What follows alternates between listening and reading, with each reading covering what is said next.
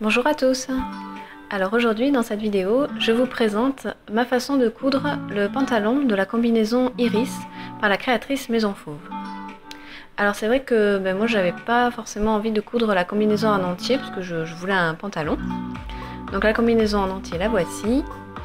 Et du coup j'ai utilisé un modèle de ceinture que j'avais sur un autre patron pour l'adapter sur Iris, pour avoir le pantalon. Allez, tout de suite, je vous présente les différentes pièces. Donc pour le pantalon, on a besoin de 2 pièces d'eau, de 2 pièces de vent, de 2 fonds de poche et de 2 sacs de poche. Donc, le tout à couper 2 fois dans le tissu.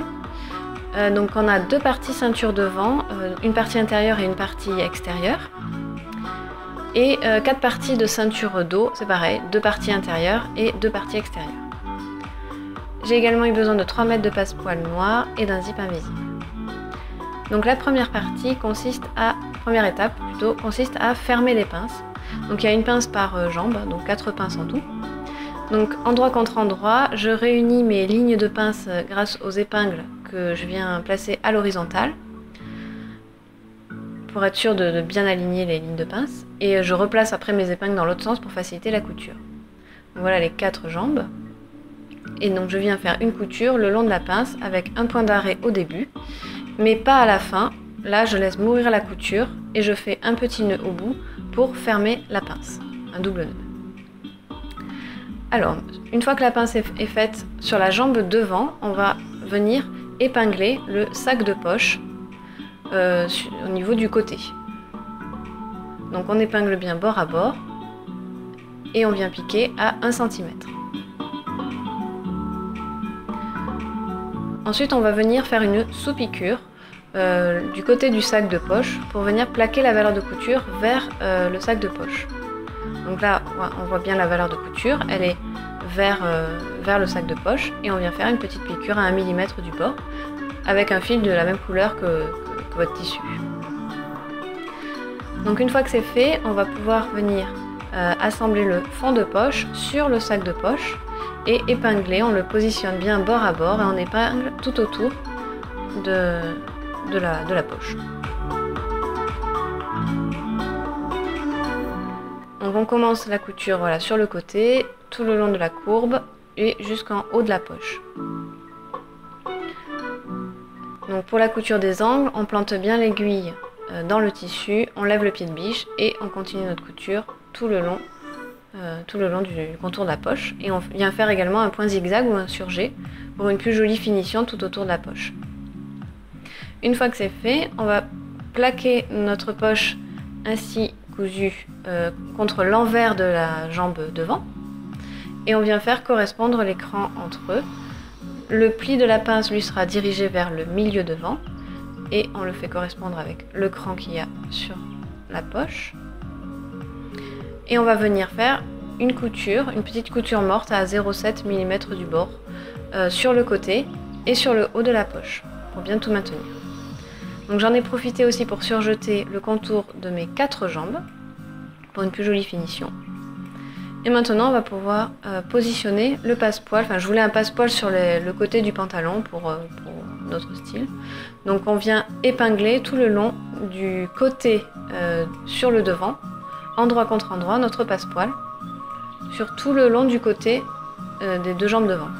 Et on l'épingle bien à 1 cm du bord du tissu. Donc on peut s'aider de la règle comme on a vu. Pour bien le positionner, la couture du passepoil doit être positionnée à bien 1 cm du bord du tissu. Donc pour le coudre, on utilise un pied spécial pose de zip invisible, c'est beaucoup plus pratique.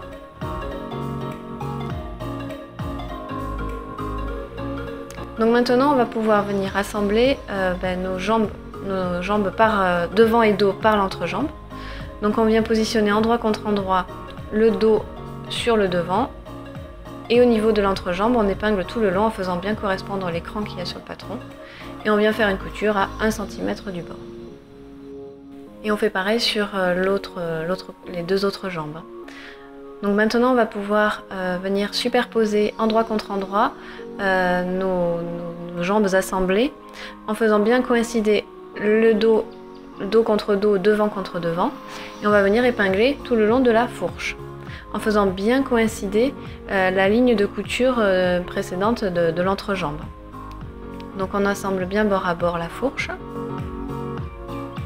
Et là, moi je vais épingler en fait jusqu'au bord, jusqu'au haut du dos, mais en fait j'aurais dû m'arrêter ici là au cran que vous voyez, qui est le cran qui correspond au zip.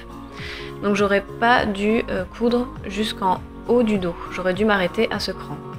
Bon, il s'avère que j'ai cousu jusqu'en haut, mais je vais vous montrer qu'on peut quand même s'en sortir même en ayant fait une petite erreur de parcours. Donc on assemble tout à 1 cm. On vérifie bien que voilà, notre fourche forme bien la croix de la fourche. Et maintenant, on va pouvoir assembler notre pantalon par les côtés. Donc, on superpose bien endroit contre endroit les parties devant, les deux jambes devant contre les deux jambes dos. Et on vient du coup épingler sur le côté, ce qui va emprisonner notre passepoil qu'on a cousu sur la partie devant tout à l'heure. Donc, on aligne bien bord à bord et on épingle sur les deux côtés et on coud grâce au pied spécial poste de zip invisible tout le long de notre passepoil.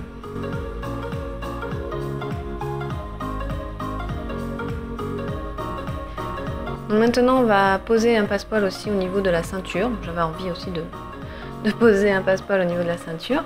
Donc normalement, logiquement, mon milieu dos aurait dû être ouvert parce que j'aurais pas dû le coudre jusqu'au bout. Mais bon, pourquoi faire simple quand on peut faire compliqué? Moi, j'ai épinglé mon passepoil tout autour de la ceinture sans discontinuité. Donc même au niveau du milieu dos, j'ai posé mon passepoil. Bon, ça me permettra de vous montrer du coup, ça m'a permis de vous filmer un raccord de passepoil. Voilà, donc bon, là on coud le passepoil tout le long et là maintenant je vais pouvoir raccorder mon passepoil donc sur le côté pour que ça se voit le moins possible. Donc je coupe le surplus, tout ce qui est en trop, et à l'aide d'un découpe-vite je vais venir découdre la couture du passepoil en essayant de découdre jusqu'au niveau en fait du passepoil qui se trouve en dessous, enfin que je veux réunir. Donc je découpe ça petit à petit, ça vient voilà, libérer la petite cordelette qui est à l'intérieur du passepoil et je continue à découdre jusqu'à arriver au niveau du passepoil d'en dessous pour faire rejoindre en fait les deux petites cordelettes pour que ça reste dans la continuité.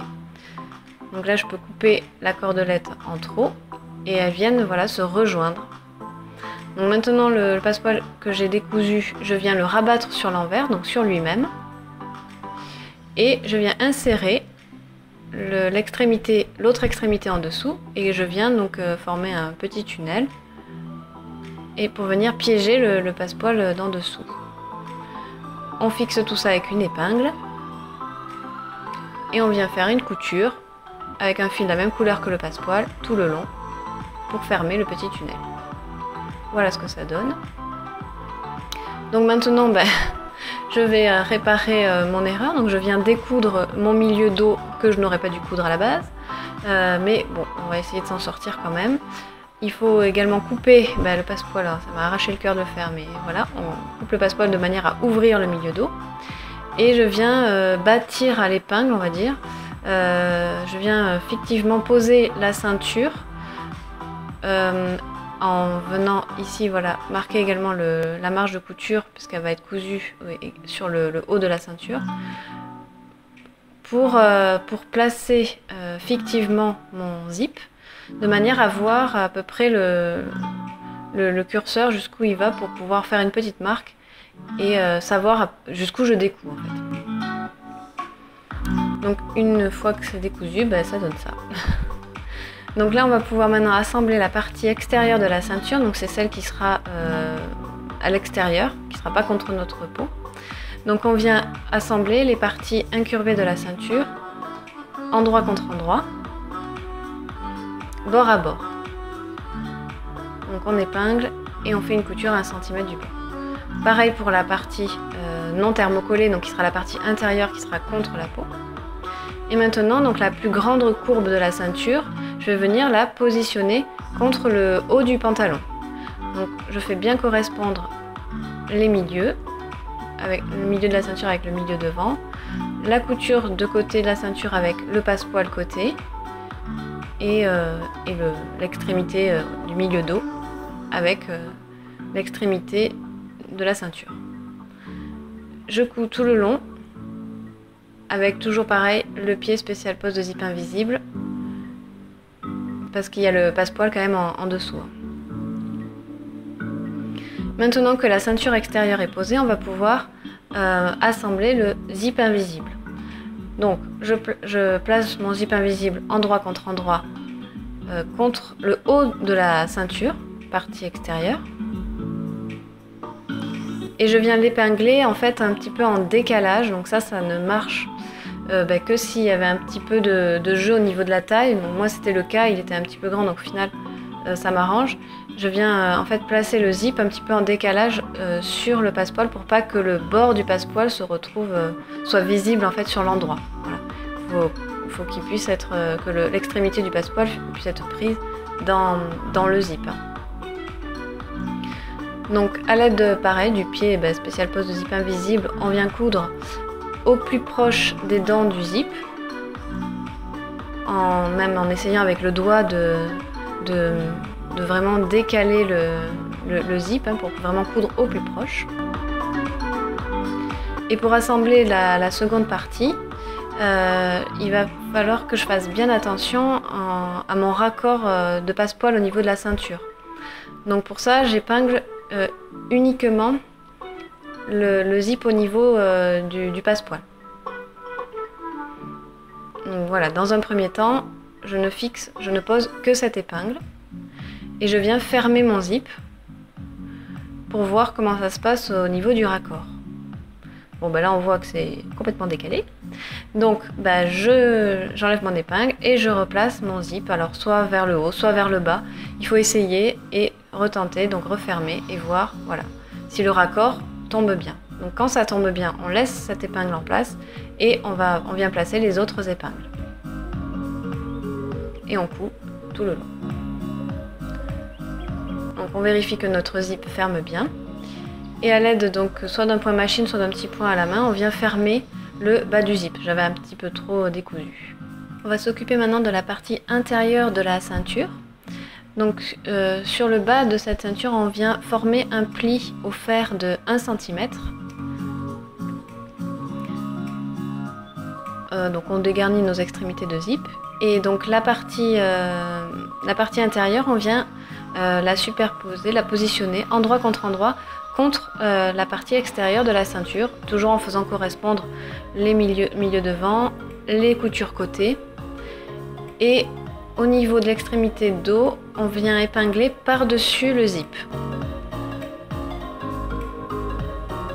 Et également sur le côté de nos deux ceintures. En faisant bien attention que la valeur de couture qui a rejoint la partie extérieure de la ceinture au pantalon soit vers le haut. Donc notre couture, elle va partir du côté. On va faire un angle, on va passer par-dessus le zip et on va coudre tout le long du haut de la ceinture à 1 cm pour rejoindre l'autre extrémité. Pareil, on va passer par-dessus les dents du zip et jusque en bas de la ceinture. Donc là, on est le long du zip. On vient planter notre aiguille dans le tissu, lever le pied de biche, on fait pivoter notre tissu. Et là, uniquement avec le volant, en faisant tourner délicatement le volant de la machine, on vient déplacer notre aiguille. Quand ça coince, on lève le pied de biche, on décale un petit peu le tissu. Et voilà, on fait progresser l'aiguille jusqu'à sortir de la zone du zip pour pas casser l'aiguille. Donc une fois qu'on est sorti, on peut poursuivre notre couture à 1 cm tout le long du haut de la ceinture jusqu'à l'autre extrémité. On dégarnit bien les angles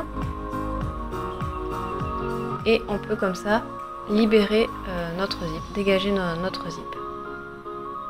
On repasse bien. Et maintenant, on va terminer l'intérieur de la ceinture.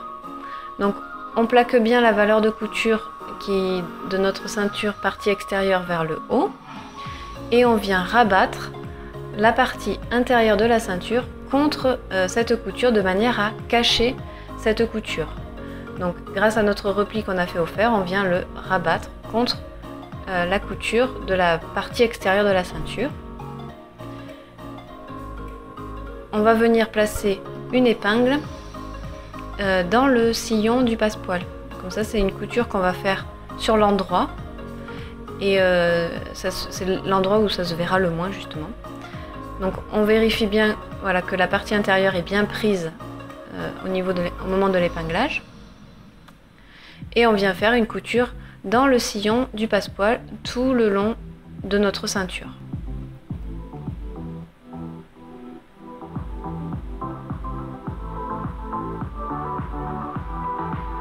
Donc voilà ce que ça donne sur l'intérieur. Et à l'extérieur, donc on ne voit rien. Donc on peut maintenant s'occuper de l'ourlet du bas du pantalon. Donc ça c'est à faire en fonction de la longueur que vous désirez sur votre pantalon. Et on fait une couture à la largeur du pied presseur sur l'endroit. On repasse bien et c'est fini.